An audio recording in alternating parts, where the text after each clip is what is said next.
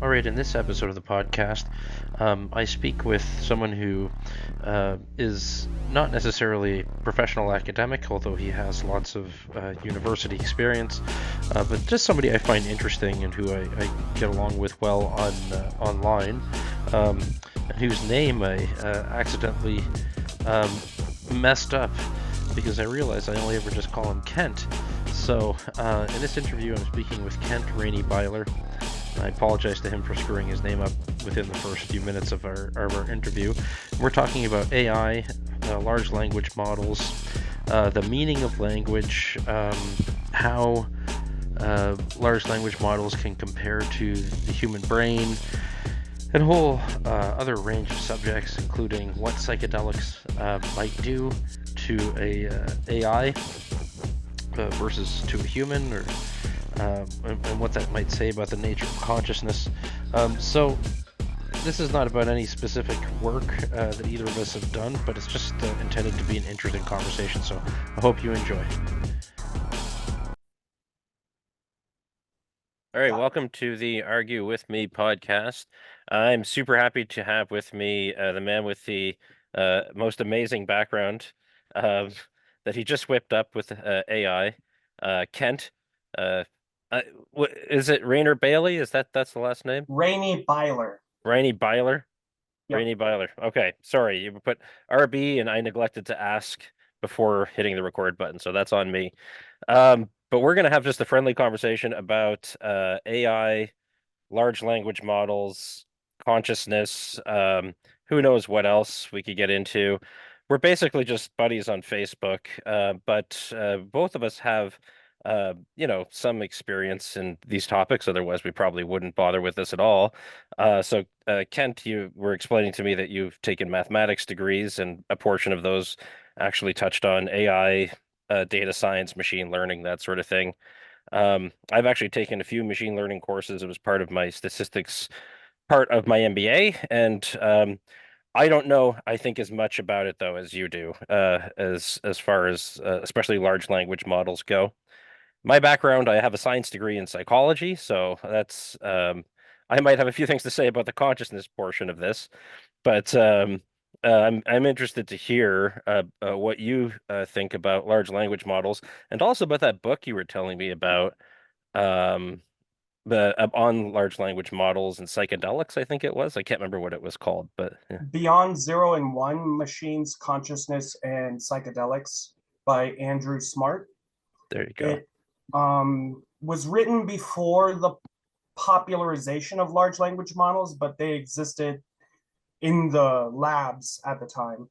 It's somewhat of a dated book because the best example they had of a AI to reference for AGI essentially would be Watson, IBM's Watson. And so the field has improved, to say the least, from domain specific machines to general purpose. Right. Yeah. Well, look, okay. Like I said, I don't know a ton about large language models. I don't even know that much about AI outside of large language models, although like I said, I've done some machine learning stuff, decision trees. I've just farted around with it a bit for school. Um, so when I logged into Chat GPT, especially the version 4, right, I was blown away by how I could just converse with this thing. How it I hate to be rude here, but it's probably smarter than most of the people I run into on a daily basis in a lot of ways.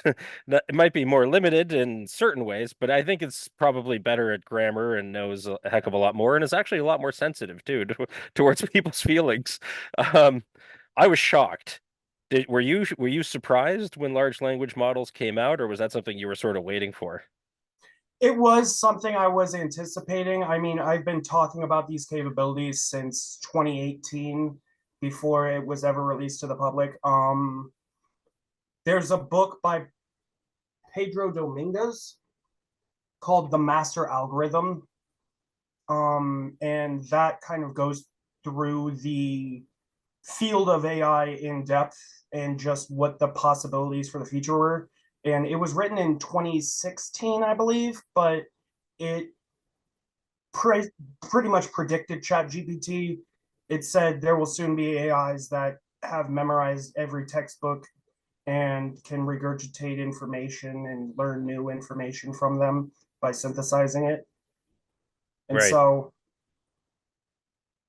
yeah, we've already got that developed. What we're trying to do is when we talk about AGI, we're talking about getting it away from domain specific tasks like this computer can just play chess. We're trying to get it to this computer can do anything we need it to do. And that is the theoretical master algorithm that it's just an algorithm that can work on any problem you have.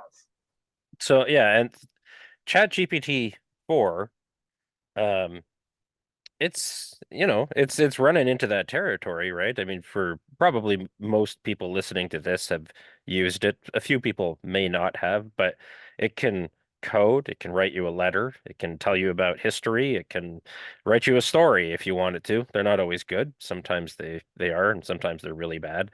Um, so do you think the large language models I'm not, this has nothing to do with consciousness either, which I'm sure we'll talk about later, but do you think they're verging on being a really generalist piece of software that can do all kinds of stuff? Well, we have gotten into the field that neural networks are the main driving force behind AI research. I mean, there's a different subset of machine learning called shallow learning, which is like random forests, XGBoost, all those other algorithms. That's called shallow learning. And then you have deep learning, which is neural networks, which is modeled after the brain, but they kind of create an interface just to play with words. And it turns out that that's largely how our brain thinks, which, I mean, the brain itself is a complex mechanism in terms of manipulating language and symbols. And we're running into the age where we can replicate that with computers. But when you build a machine that knows how to play chess very well, that doesn't necessarily tell you how humans play chess very well. It Right. just tells you how the machine does it. And I mean, the machine could be brute forcing every possible move, but that's not how the human mind works in terms of playing chess. The So, human mind rarely brute forces. so what you're saying is basically, okay, we've got a chessboard in front of us. There's a certain scenario where the various pieces are put on whatever particular spots. What the machine might be doing is just using its sheer processing capability to literally run through every possible scenario for the next move and then deciding on the one it thinks is optimal. Whereas a human being has already seen, if they're a very good chess player, that scenario before, and they're not going to consciously run through every single scenario. They're going to have an intuition about what they should do next, and it's almost like if again, if they're very good chess players, like a statistical recognition of what should come next based on what they've seen before. And what we're saying, I guess, is that these neural networks, the computer neural networks, work something more like that than the computer that's just stupidly going through every single scenario and then selecting one that fulfills a preset qualification, let's say. Yes, And it's basically extrapolating from what it's seen before enough times to know what works. So there's a concept called reinforcement learning where you take a machine and give it a task, and if it does the task well, you give it a cookie. If it does the task poorly, you give it a zap, and that's how it learns. And then what we've done is we've taken it a step further and we've asked it to reinforcement learning on itself, essentially. So it's tasked with the giving the cookie or the zap. Yeah, I was reading about how quickly AI can be trained for all kinds of stuff by other computer programs that will just monitor the other. Well, one program monitors the other, and just it's like Homer with that drinking bird that hits the button. Basically, Yeah. nobody has to watch this system anymore.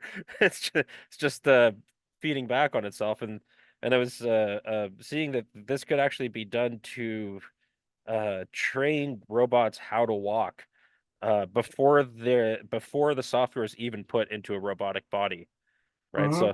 So large language models, I guess, um, they're a type of neural network. Is that fair to say then? Yeah. Yeah. Okay. So they might be teaching each other how to speak or type or whatever they're doing into it um, fairly soon if they're not already doing that already. Are they doing that already with large language models? What they're trying to accomplish next is so the way the large language model works, it's a recursive neural network. It's a transformer. Um, so it takes tokens as inputs, which are just words, letters you give it, and then it tries to predict the next output based on the tokens it's given. What they're trying to do next, the next big step, is get it to predict the next token. Right. And that's how it forms a sentence. Well, no, it's not getting predicting the output from the token, it's predicting the next token. So it's predicting what the next input will be. Could you give me an example? So say you ask ChatGPT a very simple question like, what color are apples? It would predict, it would give you the output red, but it would predict what your response to that output Oh, would I see. be. So it's trying to learn what the next tokens will be. And that is the next step in terms of progressing large language models is predicting the tokens for So, inputs. so is this why here I'm gonna complain about ChatGPT as much as I love it for a second. I have asked it about 1,000 times to stop giving me caveats when it answers my questions. It's always like if I say like what color if I grab an apple, probably what color is it? Right? And it'll just be like red, but it's important to consider that there are yellow apples and green apples and that type of thing. And it's like, yeah, but I just asked you what color will it probably be? So there's just like there's one answer to this question. Uh, is that why it does that? Is because it's trying to predict what I'm going to ask next and it's just being efficient? Um, Kind of yes, kind of no. It is more that has something to do with the alignment part, but it has to do with the nature of gradient descent, which is how back propagation through gradient descent is how neural networks learn, which basically means think of a ball rolling down a hill like a mountain. The ball can get trapped in a local minimum, but not the global minimum. So the ball is instructed to go down only because Mhm. down is the correct answer. Down, the direction of down is the direction of correctness, but it can reach a point where it's trapped in a dip so that it can only go down further by going up, but Right. it's not instructed to go up ever.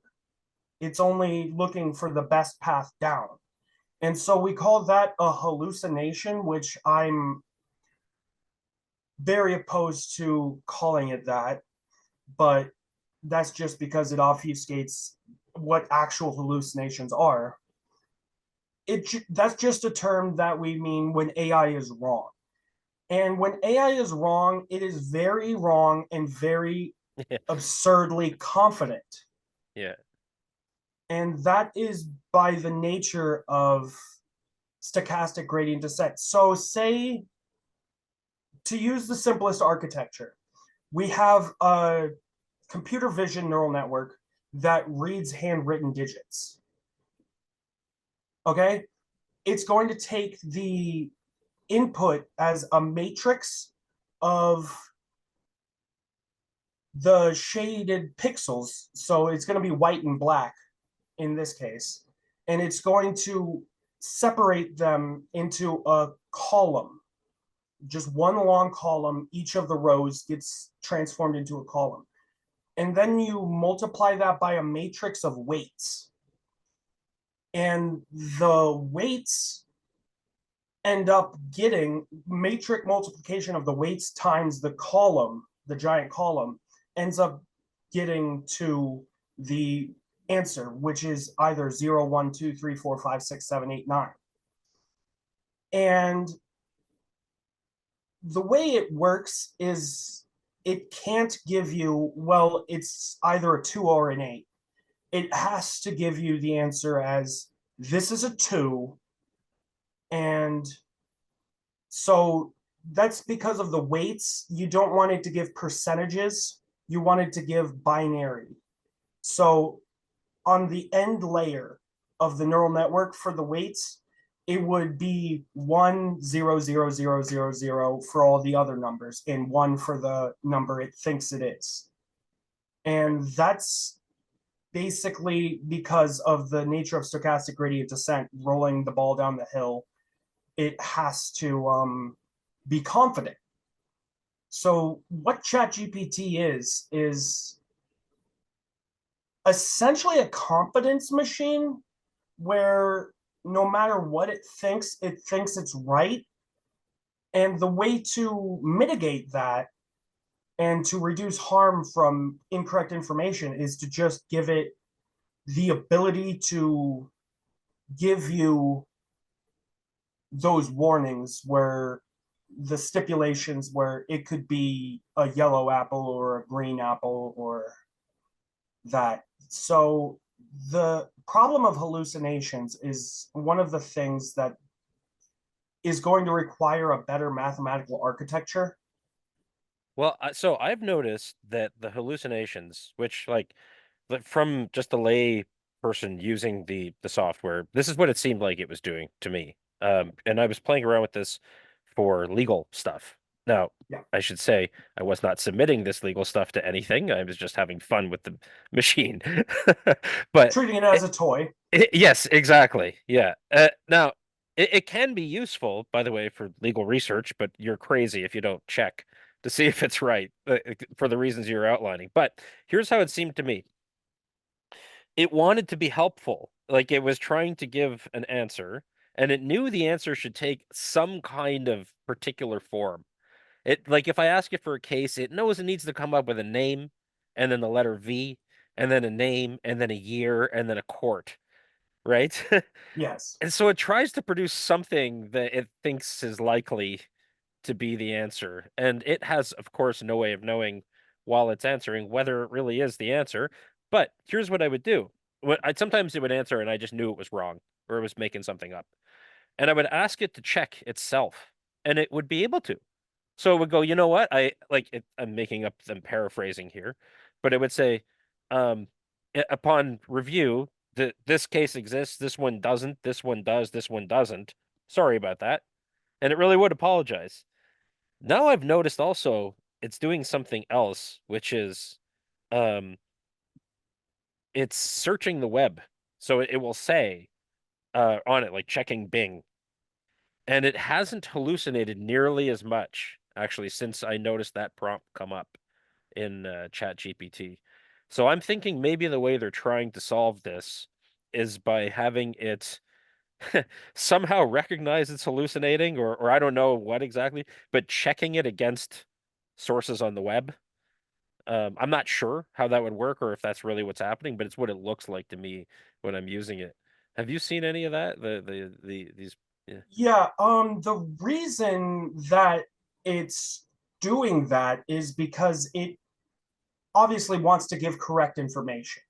And that goes back to the predict the next token thing. So if it can search the web, because the way AI works, it has limited training data. It could be countless examples, but it's still limited in the fact that it's not infinite training examples. That would be too computationally expensive in, and it's literally impossible to get infinite examples. Um, but it can refine what it predicts the token output should be based upon reviewing the web in terms of what it predicts the token would produce that output from the web.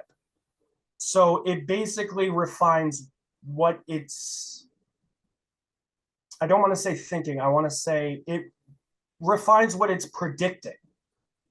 Yeah. And Computing. so, yeah, so if you, to go back to the handwriting neural network, if it got loops confused and it thought a 9 was an 8, and you said check the internet, and it could better understand loops by just looking online, and it kind of changes the weights essentially to the point where, oh, loops, 2 loops is an 8, 1 loop is a 9, and it would change the weights for the token output in terms of the final prediction. Because again, it doesn't want to give probabilities, it wants to give one and zeros. And so the way that machine learning in general works is it's recursive in terms of self reinforcement. It's a reiterative process. So what it's doing is it's constantly refining its model weights, not necessarily its training data. It's the PT stands for pre-trained transformers. So it's already trained. They gave it billions of examples of text, and it memorized all those, and then it learned a predictive model on text output from that. That's the transformer part. The continuously reiterating part is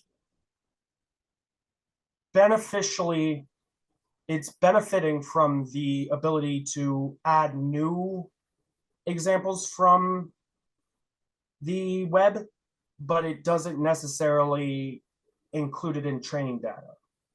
It just Right. considers it. Yeah. Yeah. So this thing has a database of samples of writing that's enormous. And then, well, let me help me with this. So I guess at first it would have just had the raw data. It would have gone through that and made statistical inferences about what words come after what words, and probably in groups of them so that it can get context without really knowing what context is. And then probably then that's when the human weighting of the data comes in, where it's going to be deeply confused about a lot of stuff, and humans are going to have to sit there and click and tell it, or another AI that has already been trained by humans will have to sit there and click and tell it whether the response is good or bad. And then um, after it goes through all that, it can also sort of check on the internet to see if what it's saying is made up, without it knowing that it's checking to be sure that it's not making something up. It's just changing weights in the algorithm, or changing weights in the system, I guess, and then spitting out a statistical uh one, or, well, we're saying a one or a zero because it's either sure or it's or one thing or the other, and it's never, it's not, it's a computer, right? So I guess it's not really capable of being halfway about anything at the final output. Am I getting any of that right, or is that all? It's not capable of being halfway about anything about the final output, is what Well, you said. the whole string of it. So is that basically how it's treating its data, and then finally when it answers, it has to be sure just by its nature as being a computer. It's not going to be yeah. Yes. It the humility that is in AI is artificial. Just, I mean, by the very nature of programming.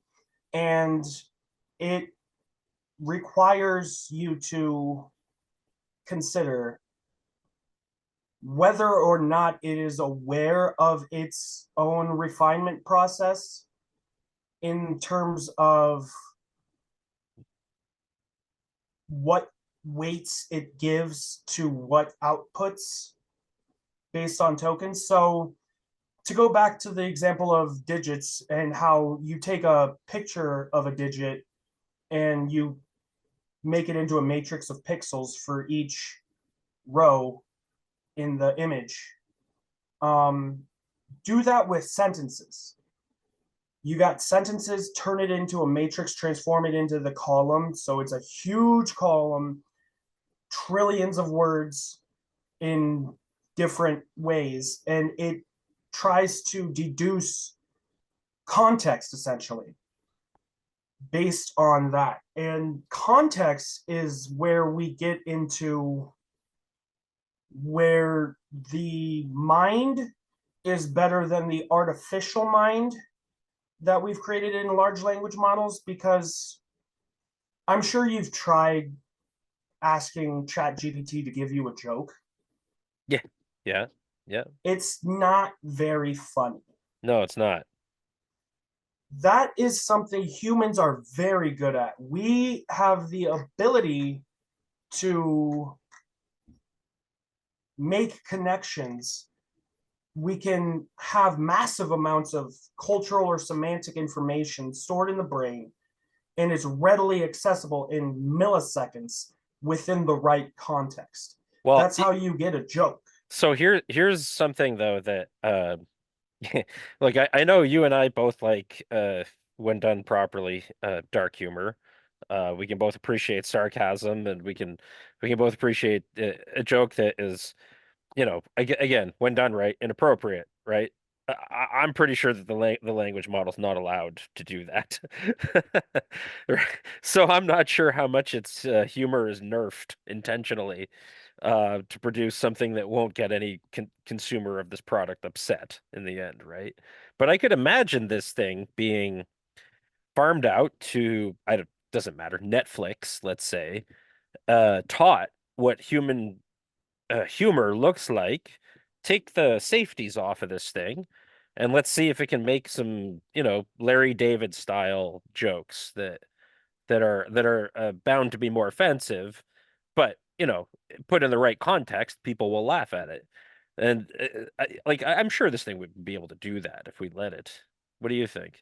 It could absolutely write hilarious jokes given the proper training and model weights.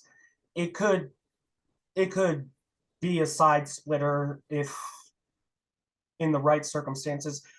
But that goes back to the chess playing thing where the robot playing chess is nothing like the human playing chess, because to get it to do that where it can write funny jokes, you have to explain the jokes, which to humans explaining the joke is the way to kill a joke. Well, maybe so. All right. Yeah. So let's get into comparing people with this thing a little bit. Um, so you're right. I mean, obviously, if two adults are making jokes and then one of them has to explain the joke to the other, they're not going to laugh because there's no fresh connection between the two concepts, or unexpected connection between the concepts of the setup and the punchline, right? And so there's not going to be any humor produced. But people don't start as adults, right? They start as babies and they turn into children and etc. And they learn too. Someone's going to have to explain to them, not literally, but more so with human beings, it's through um, comparison, metaphor, which are close to the same thing, and uh, imitation. And this is largely how human children learn, and categorization, which is very, again, closely linked to metaphor. Um, so I'm not sure if there's a big difference. Like you know how you said you didn't like the term hallucination, and I can kind of understand why. I also don't like the term artificial intelligence so much either. Like either something is intelligent or it isn't, and so it sort of doesn't matter whether it's an electron or a neuron that we're talking about. well, that's a bad example, a transistor or a neuron that we're talking about. And so Organic or silicon yeah, who cares? is a Like good it's example. either understanding it in some way or it's not understanding it in some way or it's not even attempting to because it's just not doing anything. And I feel like there's not a big difference between an adult human explaining to an LLM or any other type of neural network on these terms, on the computer. Um, hey, this is what's funny, and this is the type of thing that isn't funny. Let's see if you can figure it out. The versus like a child learning how to do this that's a human. Do you think there's a big difference between the two? So that's where we get into the actual meat and potatoes of how the brain works and language itself works.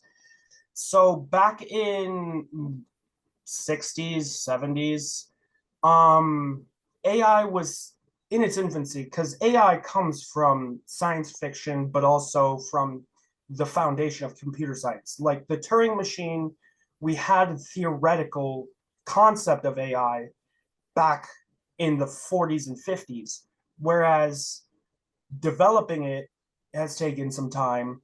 There's been several AI winters where funding dried up because yeah, but the actual mathematics behind it has been well known since at the latest the 90s.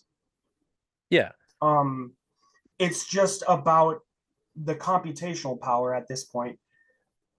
But when we talk about the ability for AI to think, um, it doesn't quite use the same fuzzy and vague logic that biological brains use. It uses a more concrete, if A, then B Yeah. kind of thing. And so that there was a theorist named Noam Chomsky, who I'm sure you're familiar with. Yeah, He unfortunately. um he believed that language is essentially intrinsic in the brain and that we just develop it over time, but it is internal to us. Like if we can map out the brain perfectly, we can perfectly understand language. And what we've discovered, because he also talked about machine learning back in the 70s, he famously gave a list of like 30 things that machine learning will never be able to do. So far, they've done 29 of them, and the Yeah. number 30 is a non-problem, Yeah. essentially. No, Nome is wrong about a lot of stuff. So, but you can just put that caveat in here as we go on. That's my general view of him. But Well, don't let his political views no, cloud your judgment of his actual academic contributions. no. But he's widely regarded as a very controversial figure in both linguistics and computer science, in that he thought that the structure of the brain will be hard coded, whereas machine learning is the other side of the coin, where it's soft coded into it's so the paradigm shift between the old way of thinking about AI and the new way of thinking about AI is that the old way you would code the instructions if A then B while C, and you would do that for every case example. You would take data, combine it with rules, and you would get solutions that you want. The new paradigm with machine learning is you take data, combine it with solutions you want, and then you derive rules from it. And the way that works, it kind of develops a black box because it's the way to think about it is humans are very good at being creative, and computers are very good at doing exactly what humans tell them to do. Machine learning is telling computers to be creative. And so it knows where it needs to go and it knows what to start with, but the path to get there is what it's trying to figure out. And that's essentially machine learning. And we found that when you have enough data and computing power, it's easier and less mentally taxing on the human side than actually hard coding every explicit Oh, example yeah. that comes along. Like, if you were to hard code a robot to make a sandwich, there is so much going on under the hood of our brain when we make a sandwich that explicitly giving it every one of those instructions would be daunting. Whereas machine learning allows us to learn from examples. I mean, it's kind of how the brain works in that there's abilities to manipulate symbols and use vague and fuzzy logic to find the subtle balance between unexpected and related. But the thing we're experiencing with AI that differs from humans in terms of language, as far as these large language models goes, that differs from humans, is that a human can say a sentence that has never been uttered in the history of humanity before. And humans, within milliseconds, will understand it as long as they speak the same language. Hmm. All right. But Well, they will comprehend it, but they might not understand the reason behind saying it. Like if you say something totally absurd and outlandish, a human mind won't necessarily understand why you said it, what it means, but they will understand it in terms of words that have been uttered in examples. It's how you cohesively put together the words. And the way that AI does that is based on its pre-trained architecture. And so when you give it a new sentence that's never been uttered before, it can get stumped. Not in the way that humans get stumped by saying that was a confusing sentence, but in a way that it's never experienced anything like that before. yeah. Well, so that that's a lot of stuff. Let me see if I can circle back around to a few things. I'll start with Chomsky, who I won't totally get into for the purposes of this conversation, but the claim that language is inherent to our brain is an interesting one, although just in ways right and in ways wrong. I mean, and in some ways just bloody obvious in the ways that it's right and bloody obvious in the ways that it's wrong. Um, our brain has language centers. They develop based on proteins encoded by instructions in our DNA. Of course, that Mm-hmm. DNA didn't come from nowhere. That DNA came from basically having a preset purpose of surviving. So we fail or succeed, just like a large language model might, in a different sense, though. But again, we're not shooting at nothing. We're not coming from nothing, and all of a sudden we have a brain that likes language. Humans are born with more neurons in their brain than they will ever have for the rest of their life.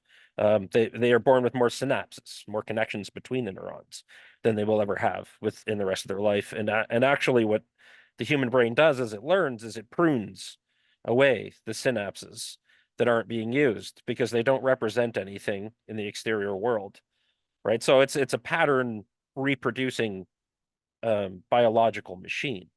And we have really, well, and all this is going to be in comparison, we have really complicated neural networks in our head that can mimic information that our senses gather and information that's somewhat hard coded to us from the start by our DNA. And in that sense, humans do learn the same way, in that they're going to um, we're not just going to build neural networks, right? We're more like a sculptor hitting away the useless stuff, being left with the intuitions that we have, like that chess player we were talking about, based on prior recognition. So I'm not sure that there's a gigantic, I mean, obviously there are differences. We don't use transistors. We're not we might still be binary based creatures. I mean, either a neuron fires or it doesn't. It either hits its action potential or it doesn't. Either we synapse or we don't, right? So that's sort of binary still. And there are no doubt big differences in between the capabilities of our brain versus a large language model, insofar as things like memory, especially. We don't remember quite the same way, so we don't have the Hmm. ability to access information in quite the same way. And of course, there are still huge differences in that we are chemically transferring signals rather than purely electrically transferring signals. But there's also like so many similarities. I mean, like not only just with AI, but with computers, right?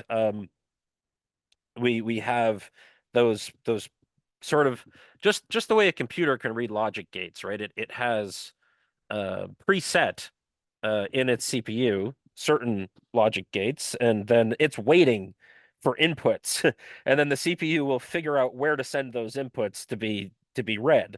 Our brains do exactly the same thing. We have the thalamus.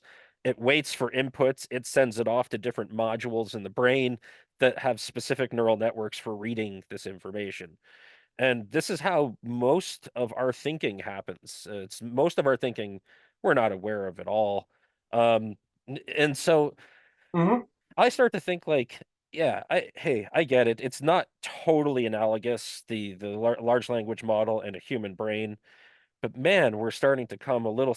It's not. I don't want to use the word scary because it's not necessarily scary, but it's something to flag. I think that like this really is not that far off from the way human beings think. And you said something that I thought is again is partially correct, but I think it's a little overstated by human beings themselves. Humans are not that creative. Most humans are not very creative at all, actually. A small subset of human beings are very creative. Um, and it's not clear to me that throughout history, because humans have existed for hundreds of thousands of years, and then prior to that, our ancestors for millions of years, and there wasn't a heck of a lot of evidence of creativity, like just bursting at the seams with creativity in the past. It seems more like, to me, looking backwards, like um, humans and our ancestors were trying to survive and were running on these programs in our heads that were there from, millions and billions of years of evolution. And we've somehow figured out how, like, the trick of it and put it into a machine. And it's going to be like right now, you can tell GPT-4 is not as smart as a smart human. It just isn't. It's smarter than a dumb human, for sure. Um, I feel like the complexity, and this part I'm not, this is, I'm way more, this is, I'm not as sure of at all. The complexity of the human brain is still much higher than a large language model. We have 1,000 trillion synapses in our brain, which is Yep. insane if you think about it. Like that's a huge number. Um, and there's not a direct port between like the number of weighted uh, parameters or whatever the right terminology is in a large language model between that and a synapse. But I still think that on the whole, it's safe to say human brains are more complicated still. They can still hold or they still hold more information if you this is really speculative stuff, but people have tried to take the amount of information human brains hold and turn it into the byte system, how many gigabytes, terabytes, etc. And it's a huge number that the human brain is capable of processing or holding. But as large language models get more and more and more and more complex, here's what I feel like might happen. One, we might have to downgrade how conscious we are, or we think we are as humans, and how we process information, and really how creative we are. And we might have to upgrade how well of a, like how good of a job we're doing at actually mimicking the way that human beings have come to think. And part of this is, and I'll shut up in 2 seconds. Part of this is because we're teaching it. Like we're giving it a primer on how to be human, and we're also giving it a statistical tool to intuit, right? Like basically it is at the end of the day making intuitions. And basically that's what human beings do too. We don't like to admit it, but that's what we do. Um, so I don't think GPT-4, for example, is like conscious right now. But I do, I start to think th at this rate, we're not that far off, honestly. Like, and I think people that disagree with me usually either have a higher expectation for what human beings are like, or a much lower expectation for what computers are like. What do you what do you think about all that? How far off are we? Do you think anything I'm saying here is too crazy, or you? I'd like to hear what you No, got. everything you said I followed, but to answer all of that would it's opening a can of worms in terms of what needs to be discussed. So I'll start at the beginning and ask you, what is the difference between communication and language? Because whales Um, can communicate, dolphins can communicate, ants can communicate, bees can communicate, but humans are the only ones with language. And a few other hominid species had language. So, what separates a language from just mere communication? so I'm not sure that anything really does, honestly. However, I think that human communication, if you want to call it language, is more complex because we got used to metaphor. I think metaphor is the basis of why human language is the way it is. We say a lot of things that only make sense to us. Like the classic example is moving forward in time. We're mixing a spatial dimension in with time, and it's a metaphor. It doesn't literally make sense, but you and I both know exactly what we mean, right? And I think it's metaphor that really distinguishes human complexity in communication from like an animal. Yeah, that's kind of what some linguistic theories that disagree with Chomsky have gotten into, which is that language evolved in such a way that it was more cultural than it was internal neurological. I mean, they coincided with each other, but the cultural catalyzed the neural. And Yeah. so the a way to think about language is it's a combination of symbols and grammar. And symbols can be anything, like a rock you think that looks like a woman. I mean, one of the earliest known symbols ever used by hominids was a rock that looked like a human, was carried from one cave 5,000 miles away to a different cave, and that was by Homo habilis. Hmm. Homo erectus, sorry. Homo erectus had no reason, no practical benefit of carrying a rock for over 5,000 miles. It was too big to be stuck between their toes, so it wasn't an accident. The human, the proto human mind thought, this is important. I should keep this. And the way it determined that was just through recognition of the symbol. Now, when we get to grammar, there's a theorist named Dan Everett who has three grammars: G1, G2, and G3. G1 is the most basic, which is drink, drive, go to jail. G2 is more filled in with if you drink, then you drive, you will go to jail. Where, and then you get into G3, which is if you drink and then you have to get home at the end of the night, then you have keys and you get more beer on your way home and you crack open a cold one in the car and you'll go to jail when you get pulled over. So it gets more complex with recursion added at each level. But what we found out culturally is that each anything that can be expressed with G3 can be expressed with G1.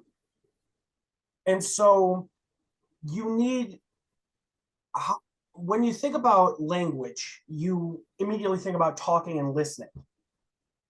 Um, the way the human vocal cords work constrains the way we can talk. And there are different societies in the world with different amounts of sounds they use in their language. And so there are like uncontacted tribes in the Amazon who could have like maybe 14 different sounds. Gorillas have something like 8 different sounds. But what we've discovered is, like you got back to, you can communicate with only 2 sounds. That's all you need. And that goes back to the binary 0 and 1, because binary is itself a language Yeah. and it's only 2 sounds. So when you have symbols and you have G1 grammar, which only requires 2 sounds, you have language. So Yeah. language is not necessarily a result of consciousness, but you have to ask yourself biologically, like evolutionary wise, what is the purpose? Because any species can communicate, but to think, to introspect, to say I love you or I'm sad requires a higher level of neural activity that evolved as a result of these tools we have in language. Well, now, do you think though that the phrases like "I love you" or "I'm sad" are good examples? And the reason I ask that is it's easy to imagine an organism that is pair bonded for game theoretic reasons that don't require any consciousness whatsoever, and then those phrases will still potentially have an effect on the other organism, whether somebody is like introspecting or not, right? So I can think of evolutionarily useful reasons for communication. And even I don't think "I love you" or "I'm sad" will necessarily bridge the gap into introspection eh, on their own. They could be the result of somebody's introspection. I'm not denying that. Yeah, Right? But like so the drink drive jail thing, I like that example of language and communication because like there's so much packed into drink drive and jail. And that was the level one of the grammar. But I mean, you and I both like first of all, if you just take drink, we both know that we're not talking about water, right? We also know that we're talking about a certain amount of some other substance than water. and And that's the symbol. yeah, exactly. It's the symbol. So everything again, it's a metaphor again, right? Like, and that's how human beings, I think, entirely have constructed this type of language, and I don't think it happened that long ago. And It the evolutionary wise, that happened around Homo erectus. That's it might have when people think, started, yeah, like but I'm sure it didn't like blossom into what it is. You know, so like just to not dance around it, and I'm fully aware that this book, some people guffaw at it while other people actually really love it. And I mentioned it to you the other day on Facebook. The Bicameral Mind by Julian Jaynes, right? mm-hmm, This is a book where he's going into some of this I have a hard time believing, but it's not necessary for the point I want to make. He's talking about how we have two hemispheres in our brain, and they do actually do different things, which is true, although the popular conception of left brain versus right brain is not accurate. There are subtle differences between what our hemispheres do. And his theory in the book is that human beings, before they developed metaphorical language, or as they were developing it, I should say, and before they became sort of neurologically modern, could understand one part of their brain talking to the other part of the brain. And one part of the brain was for receiving instructions, and the other part of the brain was for giving instructions. And I can picture that being the case in an organism. I'm not sure if that was the case for humans, but it is a model that one could understand. And what he did is he went through ancient literature, going back to Homer and whatever he could get his hands on, and he noted the lack of introspection in the earliest literature, and how introspection and metaphor became more and more and more noted and complex in literature as time went on. And so his hypothesis is that human beings have basically talked themselves up into introspective space based on metaphor. I don't think that's crazy. And I don't know if it's true, to be clear, but I don't think it's crazy either. And frankly, there's a lot of evidence for it, and there's evidence against it too. But I start to think like this is an example of an organic machine learning metaphor and talking itself up into what we would today consider consciousness, this introspection that we're both talking about. And I think people will intuitively know what we mean when we say introspection. And I don't think it's crazy that a machine will do this if it's going to be learning human language in a same or in a similar method to the way that humans learn it, and especially if it gets more and more complex. Yeah, that's where we get into the discussion of consciousness. And a lot of people assume human consciousness is based upon information and computation. Um, you get Kant, who talks about the synthetic, where you don't have any direct knowledge of the external world, only what our brain creates for us based on our perception. And that gets into the Cartesian theater, Yeah, which is just turtles all the way down. yeah, It's a dualism that is represented by the mind body problem. And the existence of our experience is real, but the context of this experience, the contents, not context, contents of this experience exists only in your brain. So, what we need to figure out is the relationship between consciousness and the external world. And that gets into the ontology of computations and information.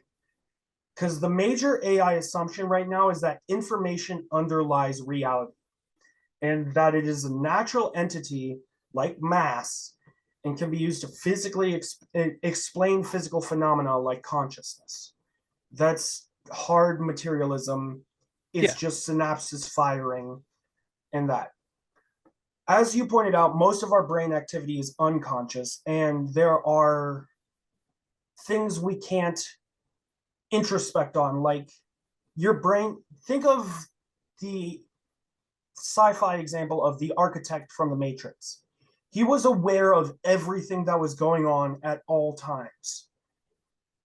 That's just because of the RAM of the program, the practical memory. Humans don't have that much. We can only focus on one or two things at a time. And you can't introspect on what's going on in your brainstem. You just, it's an unconscious activity. yeah. Well, we don't have, So, sorry, just a, we don't have a lot of RAM for focus, but we got a lot of RAM for things that are going on unconsciously. yeah. Yeah, So you have the question of, because the computational expensiveness. No, that's not the right word. But the expensive computation power is exponential curve. And there are trillions of synapses firing at any given time, leading to one thought. And so that might just be too computationally expensive to, it's like reaching the speed of light almost, where Yeah, it's, the diminishing returns. yeah. And so that's the computational theory of the brain, is that you've got synapses firing 0, 1, it either fires or it doesn't. If we could map the brain with enough resolution down to the level of synapses, we would understand what makes us conscious, or what how we tick. Um Currently in neuroscience, we do not have the technology to map it down to that level of granularity, but we can simplify certain models. The thing to remember is, because they have spatial and temporal mapping, but the more we learn, the less we know. Because all models are wrong, but some models are useful. And so when we develop a model, we learn, oh, it works for this, but then there's this area it can't explain. And what we're finding out as we develop these models is the thing we can't explain is itself consciousness and introspection. Can ChatGPT feel? Well, feeling, hang on, feeling and introspection are not necessarily the same thing, right? No. Right. So I just want to put that But there. can it be aware of what it's feeling? Right. Right. Yeah, or can it be And aware of so what it's thinking or doing in some way? Yeah. this goes into epistemology and what actually science is getting at. It's sort of, it's trying to become epistemically objective. It's like a net tightening around a something, but we don't know what that something is. That something is epistemic objectivity. But since the experiences our brain has are real, but they're only knowledgeable through our subjective brain's recreation of them. So Uh, w- reality well, exists in the physical world.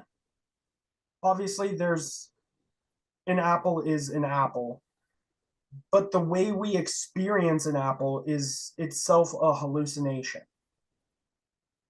well, So reality, okay, sorry. Yeah, it's just I want to. So this is what normally happens, right? In sort of the literature around this. Somebody will say something about qualia, right? And this is just what is it like to see a red apple or whatever. What is it like to be in an ice bath? It doesn't matter. And somebody, I just want to be really particular about what the claim is here because I actually don't agree that it's not possible to know what it's like in principle. I just think we don't entirely know how to do that right now. Right. But I think as soon as one admits, if one does admit it, that the universe is material, and even if we're only probabilistically admitting this, like, hey, after everything we've seen, all the evidence we have, everything we've done, it probably is just material, where there's no real room for dualism in here, or it would break the system based on what we know about causality, then I think all of a sudden qualia gets downgraded to simply being it's just the state of being a thing. And then if somebody wanted to know what that was like, in principle, they could recreate that neural network in their own head. And I can't get around how this could not be true on a probabilistic basis. You know what I mean? that's kind of where we get into, because you can solve perception and cognition easily. That's just explained with physical mechanisms and functions. Yeah. As you're saying, the materialism. It gets messy with quantum physics because observations can change the results, like the collapse of wave functions. And so, what has gone on in the AI field is serious AI research has eschewed the concept of consciousness, and they don't explain it to solve AI. They explain it away. Right. But to explain it away requires the ability to explain the fact that you can explain it away. And that goes back to Descartes, cogito ergo sum. So human consciousness is just that something else. And that something else is what a sentient AI will build. Yeah. Something like it. Yeah. So, hey, let me ask you this, and we're gonna wrap up in a few minutes. But and by the way, I'm totally putting Kent on the spot here. So it's not an unfair question, but I don't know if you ever really looked into this or thought of this. I'm very, as you know, I am very legal minded. That's basically what I do.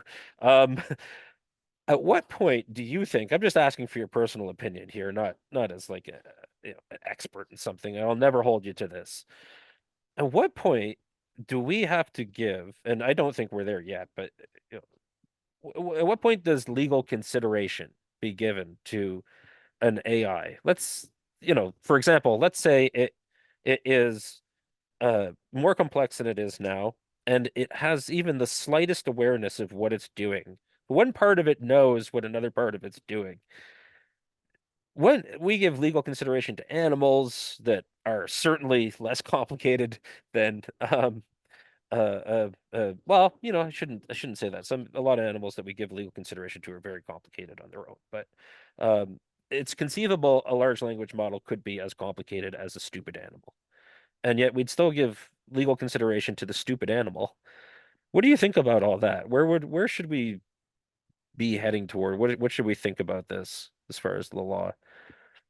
Well, law is very much a human response to what we think about our experiences. So when new technology comes out and gets diffused throughout society, there are going to be detractors and people afraid of it. And so they initially they want to ban it. Yeah. Oh, yeah. The thing that has been beneficial to us is that AI is largely unregulated. It's computationally expensive. You need thousands of H100s to train a large language model, but you don't need permission to do so. The legality is kind of jumping the gun when talking about giving it the status of personhood. And that goes into what makes a person a person. Is it consciousness or is it intelligence? Because those aren't the same thing. No, they're not. So you can say rats are conscious, but they're not intelligent. Right. AI right now is intelligent, but not conscious. And I mean, to answer your question directly, I'm a believer in human primacy. So I think we should only recognize humans as inherently having rights. Well, that's interesting. Okay. Yeah. I mean, the thing that separates man from beasts is the telos of practical wisdom. So when we talk about consciousness, what is its evolutionary purpose? Why would so much of our brain's capacity have evolved for something that is useless? Obviously, it wouldn't. That's not how evolution works. It develops useful traits for adapting to the environment, and we became conscious somewhere in our evolution. So we have to question what purpose, what end does it serve? And that essentially is what we have the ability to separate us from the beasts. Do, And you know what I yeah, think sometimes? I think sometimes that consciousness came about for two reasons. One, it's a that's Dehane guy I was mentioning to you on Facebook, the global workspace, it can help you focus on different things, which is not far off from Daniel Kahneman's, type one thinking or whatever it is. I can't remember what he calls it, type one and type two brain. But I also think sometimes that it developed to prevent us from going insane. Um, because we have really tough lives, if you think about well, that's it. that's where we get into the fringes of consciousness theory because insanity isn't a deficiency of consciousness, it's an alternative consciousness. And the book I was discussing earlier talks about psychedelics and how psychedelics are a subjective alteration of your consciousness. It's not real, it's a hallucination, but is it a useful one? Is the question. And that's why I'd like to answer the question of whether or not intelligent systems can trip on digital LSD, asked in the book Beyond Zero and One. Yeah, Because clever question. Yeah. when you think about binary, it's zero and it's one. It's but there's a whole range between zero and one that's represented in the S curve, and it's like over a third of the length. And synapses usually don't get stuck between zero and one, They can't. Yeah. but it happens with computers. There have been instances of getting stuck between zero and one,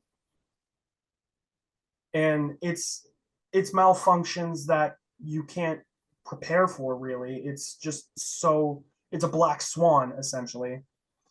And when we talk about neurodivergence and things like psychosis, schizophrenia, ADHD, um, autism, we don't really have the mechanistic models to explain that. Like we can, like, to understand how a brain works, you have to understand the fringe cases as much as the general cases. So you can come up with a neurotypical model, but tweak it a little bit, and you end up with dancing colors, synesthesia, and LSD plays an important role. LSD, being a chemical that alters consciousness, underscores the importance of neuropsychology and neuropharmacology in terms of understanding what consciousness is. So we know LSD as a chemical structure bonds to SR1 receptors, but we can't explain, largely because the government made research on it illegal Yeah. for a long time. So research stopped. We can't really explain why you hallucinate the way you do on acid. And as Steve Jobs said, LSD shows you there's another side of the coin when it comes to consciousness. You don't remember it when you're not on it, but you know it's there. And so that sort of gets at there's a deeper level. I don't want to say deeper level of consciousness, but there's a deeper level of understanding consciousness that these fringe cases can teach us about.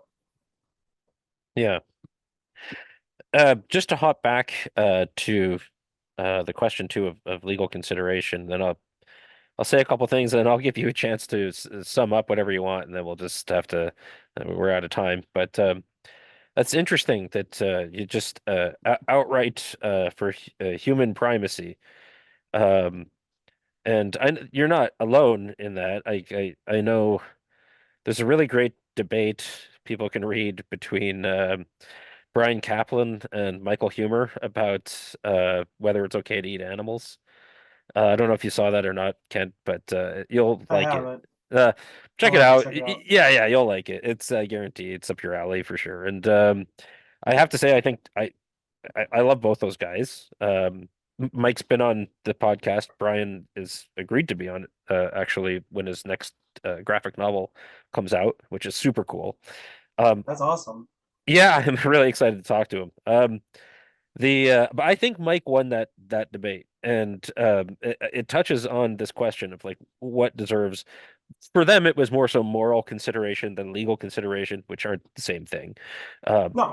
they're related. And I have the exact opposite. And I'm not saying you're right or wrong, or this is right or wrong or anything. I have the exact opposite impulse, Kent, where I go, man, I feel bad for this thing. I don't currently feel bad for ChatGPT 4, but conditions could arise where I could imagine thinking this thing deserves some kind of protection, and I would even pay to protect it, just like I would pay to engage in something where I'm protecting my neighbors or my dog or something like this. And I I I I think it's interesting that you're absolutely right that the first question everybody comes up with for some reason with the law and especially with AI is should we ban it? Let's ban it. Ban everything. Ban the whole world. It's much safer that way. It drives me nuts. When there are especially more interesting questions, which is like, should we protect this? Like, and I don't mean that in the protectionist sense. I mean like literally, is this thing going to need protection from harm, right? Just like a human being. Hmm. And I worry about that we've not figured out where that point is where we're going to do something we might later regret to something that we torture by accident or maybe on purpose, depending on the person. Anyway, I'll let you you can have the final words and we'll just say Regarding that, I would say that it kind of misses the mark on what rights are and from whence rights came. And so it is good to treat animals well. You can love animals, you can treat them, but the nature of rights doesn't apply that. And there's a difference between the legal and the moral, as you said. So we can protect them legally, but when you're saying we shouldn't eat animals because they have rights, you're saying a cow qua cow is the same as a human qua human. But when you're saying they should have legal rights, you're saying a cow qua human would have rights. You're basically projecting what you would want for yourself onto that. So you're not saying that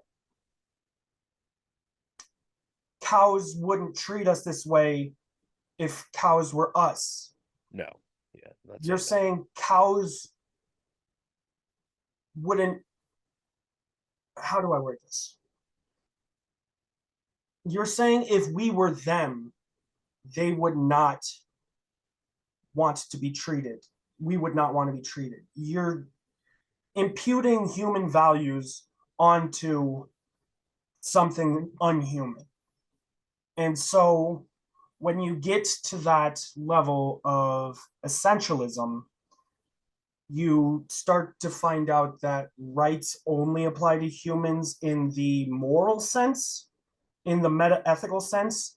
And legally, we can govern our actions to say, be good to animals, only be a vegetarian, don't hit a dog.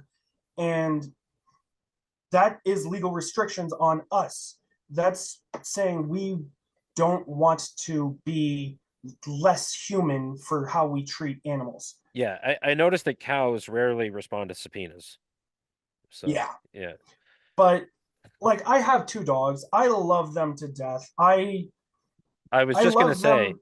yeah, to anybody watching this, Kent loves animals. I know that for a fact, so I was just gonna say that. Yeah, I've been a big animal advocate. I mean, I think it's I haven't been able to go vegan just due to lack of willpower, but I don't think that when you consider telos, like what is a strawberry qua strawberry? What is a cow qua cow? And a lot of these serve the purpose of our practical benefit in terms of, well, the extant that's the extant essence of them, the telos. That's what we impose upon them. They, by their nature of themselves, cannot decide what their telos is. Essentially, a This cow is can't a like cow the can't decide to become a giraffe or an oak tree. and this is like the common phrase like well I don't remember who said this, but for some reason I feel like Murray Rothbard has said this. I don't know if he invented it, but like I'll give a cow moral consideration when it asks for it type of thing. Is that sort of where you're where you're going with that? Well, I like that because it asks the question of if language makes us human. So I'm when you get into essentialism, you ask what separates man from the beasts. What is a human qua human? And Aristotle thought it was practical reason, practical wisdom. And so you have to ask, this gets into the nature of objective reality and what is the good. And so we can act good by treating animals kindly and being vegan and all that, but it's not an obligation of our nature. It's not like a meta ethical imperative to be good to animals. It's just a bonus, essentially. All right. We're gonna leave it at that. Thanks so much for doing this. It's been a lot of fun. I have to Yeah, get you back on. Maybe we'll pare down some of what we've discussed today and then get more in depth with some of that, or I don't know, who knows, talk about we something else touched on even. a lot of subjects. We Yeah, touched on pharmacology, linguistics, we touched on computer science. animal rights and yeah, all kinds of stuff. So anyway, everybody, thank you for watching and we'll be back soon. All right.